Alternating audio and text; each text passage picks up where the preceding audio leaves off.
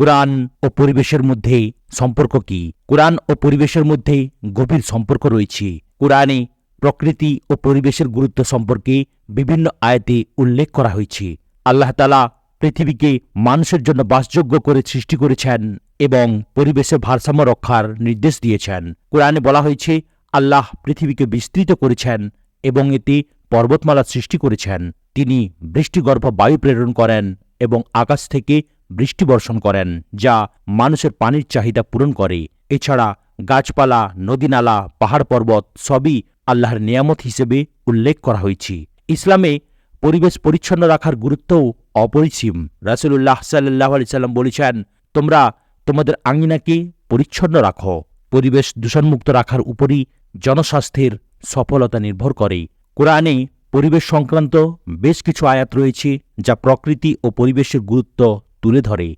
এখানে কিছু উল্লেখযোগ্য আয়াত দেয়া হল। সূরা আর-রুম আয়াত নম্বর ৪১। মানুষের কৃতকর্মের কারণে জলে ও স্থলে বিপর্যয় দেখা দেয়, যার ফলে আল্লাহ তাদের কিছু কিছু কৃতকর্মের ফল প্রদান করে থাকেন, যেন তারা পাপ থেকে ফিরে আসে। সূরা আল-আরাফ আয়াত নম্বর ৩১। হে আদম সন্তান, তোমরা প্রতিটি নামাজের সময় তোমাদের পোশাক পরিধান করো এবং খাও ও পান করো, কিন্তু অপচয় করো না। নিশ্চয়ই তিনি অপচয়কারীদের পছন্দ করেন না। সূরা আন-নাহল আয়াত নম্বর ৬৫। আল্লাহ আকাশ থেকে পানি বর্ষণ করেন এবং এর মাধ্যমে মৃত পৃথিবীকে জীবিত করেন। নিশ্চয়ই এতে মনোযোগী শ্রোতাদের জন্য নিদর্শন রয়েছে। সূরা আল-বাকারাহ আয়াত নম্বর ১৬৪তে বলেছেন, নিশ্চয়ই আকাশমণ্ডলী ও পৃথিবীর সৃষ্টিতে, রাত ও দিনের পরিবর্তনে, মানুষের উপকারের জন্য সমুদ্রের চলমান নৌযানে আল্লাহ আকাশ থেকে যে পানি বর্ষণ করেন এবং এর মাধ্যমে মৃত পৃথিবীকে জীবিত করেন, এতে চিন্তাশীল লোকদের জন্য নিদর্শন রয়েছে।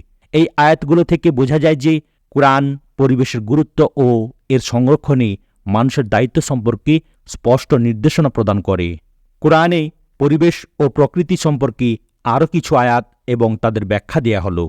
সূরা আন-নাহল আয়াত নম্বর ৬৮ থেকে ৬৯। আর তোমার প্রতিপালক মৌমাছিকে নির্দেশ দিয়েছেন, পাহাড়ে, গাছে এবং মানুষের তৈরি ঘরে বাসা বানাও, তারপর সব ধরনের ফল খাও এবং তোমার প্রতিপালকের নির্ধারিত পথে চলো। তাদের পেট থেকে বিভিন্ন রঙের পানীয় বের হয়, যাতে মানুষের জন্য আরোগ্য রয়েছে।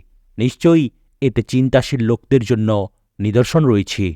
এই আয়াতগুলোতে মৌমাছির জীবনচক্র এবং তাদের তৈরি মধুর উপকারিতা সম্পর্কে বলা হয়েছে, যা পরিবেশের ভারসাম্য রক্ষায় গুরুত্বপূর্ণ ভূমিকা পালন করে। সূরা আল-আরাফের ৩১ নম্বর আয়াতে আমাদেরকে অপচয় না করার এবং প্রাকৃতিক সম্পদের সঠিক ব্যবহারের নির্দেশনা দেয়া হয়েছে। সূরা আল-আরাফের ৫৭ নম্বর আয়াতে আল্লাহ তাআলা বলেছেন, আর তিনিই সেই সত্তা যিনি বায়ু প্রেরণ করেন সুসংবাদবাহী হিসাবে তাঁর রহমতের পূর্বে, তারপর যখন তারা ভারী মেঘমালা বহন করে তখন আমরা তা মৃত ভূমির দিকে পরিচালিত করি, তারপর আমরা তা দিয়ে পানি বর্ষণ করি, তারপর তা দিয়ে সব ধরনের ফল উৎপন্ন করি। এভাবেই আমরা মৃতদেহ পুনরুত্থান করব, যাতে তোমরা উপদেশ গ্রহণ করো। এই আয়াতটি বৃষ্টির মাধ্যমে মৃত ভূমিকে জীবিত করার উদাহরণ দিয়ে আল্লাহর কুদরতের কথা স্মরণ করিয়ে দেয়। সূরা আন-নাহলের ১০ এবং ১১ নম্বর আয়াতে আল্লাহ তাআলা বলেছেন, তিনি আকাশ থেকে পানি বর্ষণ করেন, তোমাদের জন্য তা পানীয় এবং তা থেকে উদ্ভিদ জন্মায়, যাতে তোমরা পশু চরাতে পারো। তিনি এর মাধ্যমে তোমাদের জন্য শস্য, জলপাই, খেজুর গাছ, আঙুর এবং সব ধরনের ফল উৎপন্ন করেন। নিশ্চয়ই এতে চিন্তাশীল লোকদের জন্য নিদর্শন রয়েছে। এই আয়াতগুলোতে আল্লাহর নেয়ামত হিসেবে বিভিন্ন ফল ও শস্যের উল্লেখ রয়েছে, যা আমাদের জীবনের জন্য অপরিহার্য।